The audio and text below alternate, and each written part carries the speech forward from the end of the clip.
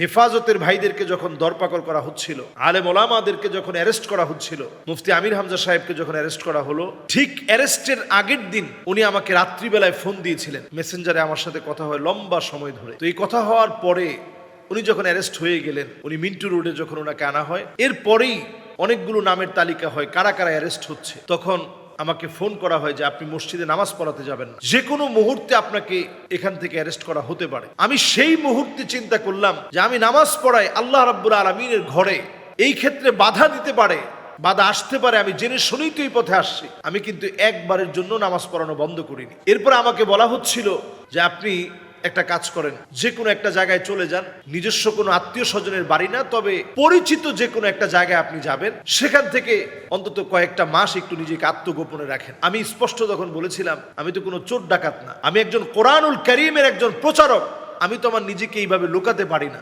17 জন আলেমের নামে একটা তালিকা করা হয়, সেখানে আমার নাম যখন ছিল আমাকে তখন ডেকে নেওয়া হয়। ডেকে নিয়ে আমাকে প্রশ্ন করা হয় যে এই 17 জন আলেমের ভিতরে আপনার নামটাও রয়েছে। প্রথম যখন তালিকা হয় 17 জন আলেমের নামে আপনার নামটা এই তালিকার মধ্যে আছে, এই বিষয়গুলো আপনি আলোচনা করেছেন, এই বিষয়গুলো আলোচনা করার কারণে আপনার নামটা এখানে এসেছে। এরপর সর্বশেষ কালীগঞ্জ থেকে আমি মাহফিল করে ফেরার পথে তখন বাংলাদেশের 116 জন আলেমের নামে তালিকা হয়। যদিও সেই তালিকায় আমার নাম ছিল না, তারপরও আমার গাড়িটাকে আটকানো হয় এবং রয়ের লোক দ্বারা সম্ভবত আমার কাছে মনে হচ্ছিল, যদিও আমি এটা লাইভ করি নাই সেই সময়, আমাকে এসেই প্রথম প্রশ্ন করে যে কি নাম, কোত্থেকে আসছেন। গাড়িটা থামিয়ে আমি যখন তার সাথে কথা বললাম, উত্তর দিলাম, সে বলল ঠিক আছে চলে যান। একটুখানি সামনে যাওয়ার পরেই ড্রাইভার বলতেছে হুজুর 5-7টা হুন্ডা মিলে আসতেছে, ধাওয়া করতেছে। সেই কালীগঞ্জ থেকে নিয়ে চুলকাঠি পর্যন্ত এই লম্বা পথ, প্রায় 80 কিলোমিটারের মতো জায়গা, পুরাটা পথ হুন্ডা দিয়ে ধাওয়া করা হয়েছে। আমার ড্রাইভারও সে খুব জোরালো ভাবে গাড়িগুলো টেনে গেছে। আমি সেই রাত্রিতে একবার চিন্তা করছি যে লাইভ করবো কিনা, পরে আবার চিন্তা করলাম লাইভ করে এই বিষয়টি সবাইকে জানানোর মধ্যে কোনো ফায়দা নাই। আমি 2 রাকাত সালাতুল হাজাত আদায় করে সেই মুহূর্তে আল্লাহর কাছে দোয়া করতেছিলাম এবং আল্লাহ রাব্বুল আলামিন একটা পর্যায়ে তাদের হাত থেকে হেফাজত করেছে। এরকম নানা ধরনের ঘটনা, এমন একজন আলেমকেও পাওয়া যাবে না যে কোনো না কোনো ভাবে জুলুমের শিকার হয়নি, নানাভাবে জুলুমের শিকার হয়েছে। তো আমি আপনি যারাই জুলুমের শিকার হয়েছি, এখান থেকে একটা বিষয় পরিষ্কার বের হয়, সেটা হচ্ছে নবীজি সাল্লাল্লাহু আলাইহি সাল্লাম বলছেন লাইসা মিন্না, ওই লোকটা আমাদের দলভুক্ত হতে পারে না, মাল্লাম ইয়ারিফ লিআলিমিনা হাক্কাহু, যে আমার আলেমের হক জানে না। এজন্য যেই লোকটা আলেম, তাকে সম্মান দেওয়া এটা ইমানের দায়িত্ব।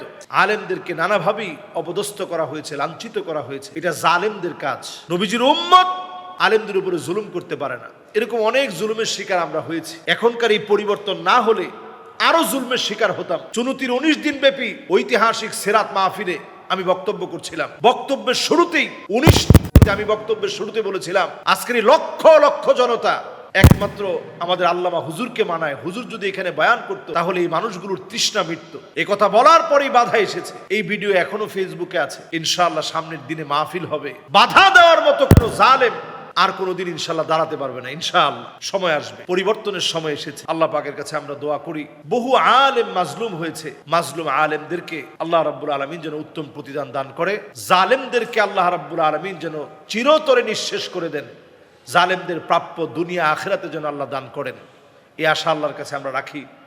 বেশি বেশি এই সময় আমরা দোয়া করতে থাকি। এক ভাই জানতে চেয়েছেন যে বিগত স্বৈরাচার সরকারের সময়ে আপনি কোনো সমস্যার সম্মুখীন হয়েছেন কি?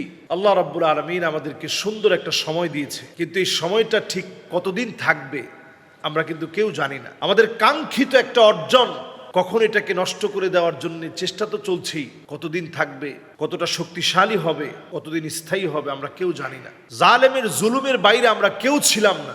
আজকে ঠিক যেই মসজিদের মিম্বার থেকে আমি কথা বলছি, এই মসজিদের মিম্বারে আমি যখন কথা বলছি আজকের এই দিনে, এইরকম মিম্বারে কথা বলার ক্ষেত্রে প্রায় সময় তো বাধার সম্মুখীন হয়েছে। অনেক সময় হেফাজতের ভাইদেরকে যখন দরপাকড় করা হচ্ছিল, আলেম ওলামাদেরকে যখন অ্যারেস্ট করা হচ্ছিল, মুফতি আমির হামজা সাহেবকে যখন অ্যারেস্ট করা হলো, ঠিক অ্যারেস্টের আগের দিন উনি আমাকে রাত্রিবেলায় ফোন দিয়েছিলেন। মেসেঞ্জারে আমার সাথে কথা হয় লম্বা সময় ধরে। তো এই কথা হওয়ার পরে উনি যখন অ্যারেস্ট হয়ে গেলেন, উনি মিন্টু রোডে যখন ওনাকে আনা হয়, এরপরেই অনেকগুলো নামের তালিকা হয় কারা কারা অ্যারেস্ট হচ্ছে। তখন আমাকে ফোন করা হয় যে আপনি মসজিদে নামাজ পড়াতে যাবেন, যে কোনো মুহূর্তে আপনাকে এখান থেকে অ্যারেস্ট করা হতে পারে। আমি সেই মুহূর্তে চিন্তা করলাম যে আমি নামাজ পড়াই আল্লাহ রাব্বুল আলামিনের ঘরে, এই ক্ষেত্রে বাধা দিতে পারে, বাধা আসতে পারে, আমি জেনে শুনেই তো এই পথে আসছি। আমি কিন্তু একবারের জন্য নামাজ পড়ানো বন্ধ করিনি। এরপর আমাকে বলা হচ্ছিল যে আপনি একটা কাজ করেন, যে কোনো একটা জায়গায় চলে যান, নিজস্ব কোনো আত্মীয় স্বজনের বাড়ি না, তবে পরিচিত যে কোনো একটা জায়গায় আপনি যাবেন, সেখান থেকে অন্তত কয়েকটা মাস একটু নিজেকে আত্মগোপনে রাখেন। আমি স্পষ্ট তখন বলেছিলাম, আমি তো কোনো চোর ডাকাত না, আমি একজন কোরআনুল কারীমের একজন প্রচারক, আমি তো আমার নিজেকে এইভাবে লুকাতে পারি না। 17 জন আলেমের নামে একটা তালিকা করা হয়, সেখানে আমার নাম যখন ছিল আমাকে তখন ডেকে নেওয়া হয়। ডেকে নিয়ে আমাকে প্রশ্ন করা হয় যে এই 17 জন আলেমের ভিতরে আপনার নামটাও রয়েছে। প্রথম যখন তালিকা হয় 17 জন আলেমের নামে আপনার নামটা এই তালিকার মধ্যে আছে, এই বিষয়গুলো আপনি আলোচনা করেছেন, এই বিষয়গুলো আলোচনা করার কারণে আপনার নামটা এখানে এসেছে। এরপর সর্বশেষ কালীগঞ্জ থেকে আমি মাহফিল করে ফেরার পথে তখন বাংলাদেশের 116 জন আলেমের নামে তালিকা হয়। যদিও সেই তালিকায় আমার নাম ছিল না, তারপরও আমার গাড়িটাকে আটকানো হয় এবং রয়ের লোক দ্বারা সম্ভবত আমার কাছে মনে হচ্ছিল, যদিও আমি এটা লাইভ করি নাই সেই সময়, আমাকে এসেই প্রথম প্রশ্ন করে যে কি নাম, কোত্থেকে আসছেন। গাড়িটা থামিয়ে আমি যখন তার সাথে কথা বললাম, উত্তর দিলাম, সে বলল ঠিক আছে চলে যান। একটুখানি সামনে যাওয়ার পরেই ড্রাইভার বলতেছে হুজুর 5-7টা হুন্ডা মিলে আসতেছে, ধাওয়া করতেছে।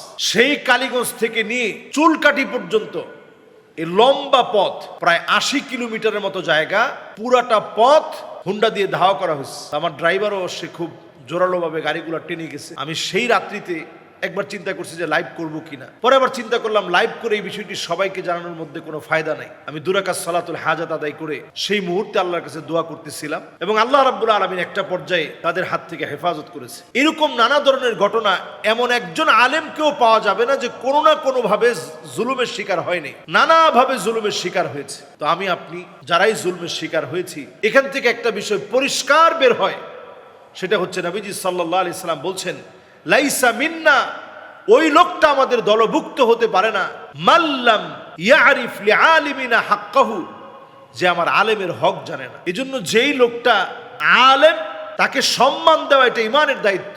আলেমদেরকে নানাভাবেই অপদস্থ করা হয়েছে, লাঞ্ছিত করা হয়েছে, এটা জালেমদের কাজ।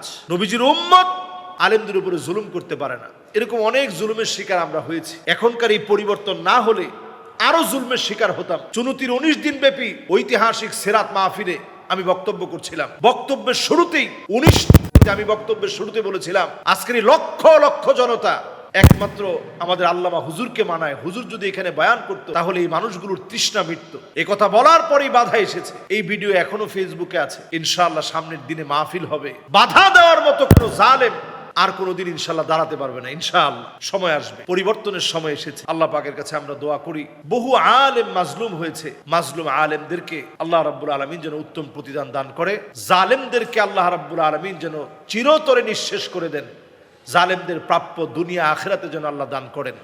এই আশা আল্লাহর কাছে আমরা রাখি। বেশি বেশি এই সময় আমরা দোয়া করতে থাকি।